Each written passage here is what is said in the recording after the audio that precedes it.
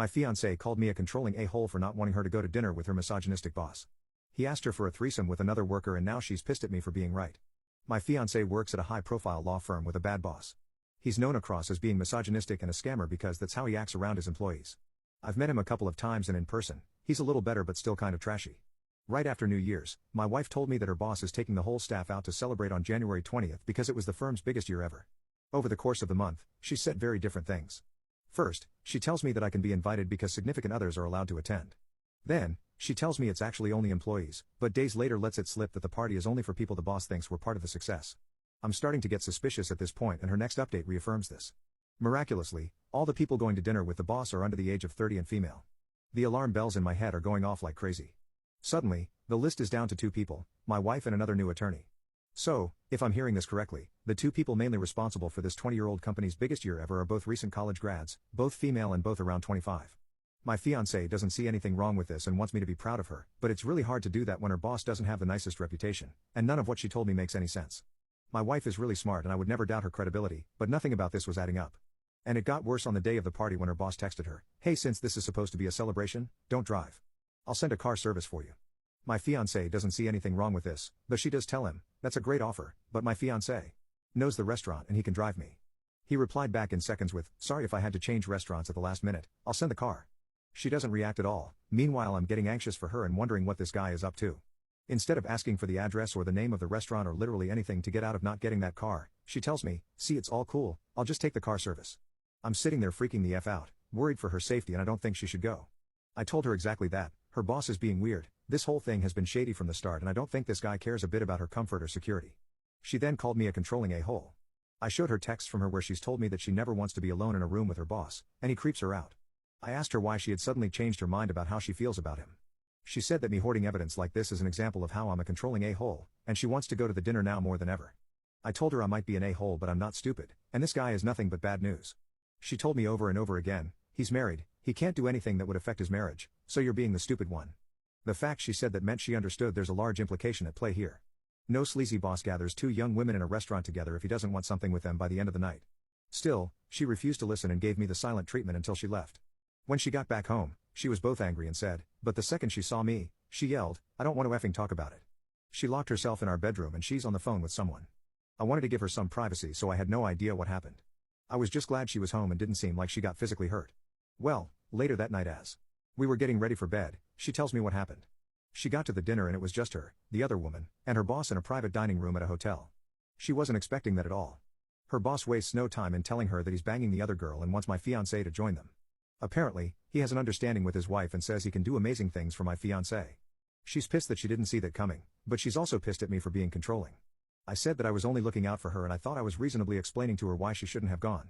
She said that I'm probably happy that he was right, which hurt me because I didn't want any of this to actually happen, I just had a bad feeling about it. I apologized to her and offered to sleep on the couch if that would make her feel better. She said she would like that and that we're going to break up after this.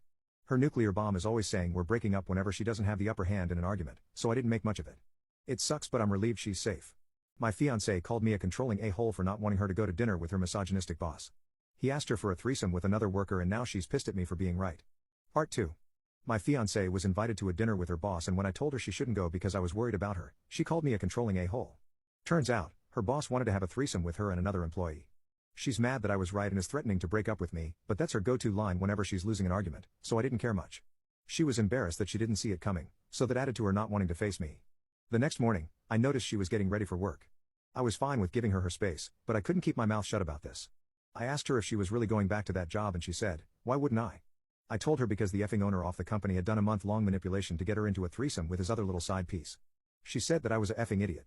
As she was stomping around the house putting her miniskirt on and tight shirt, I told her that if she shows up to that office today and doesn't quit or follow up with the state bar, he is going to know that she's okay with what happened. Even if she doesn't sleep with him, he knows that she has a really high tolerance for his crap and he's going to keep working at her until she does something about it. I reminded her that she had a focus in HR, so it shouldn't take me to tell her all this. Her last words to me were, "Yes effing a-hole, I am the professional. You aren't," and slammed the door. I had no idea what to do to get my point across.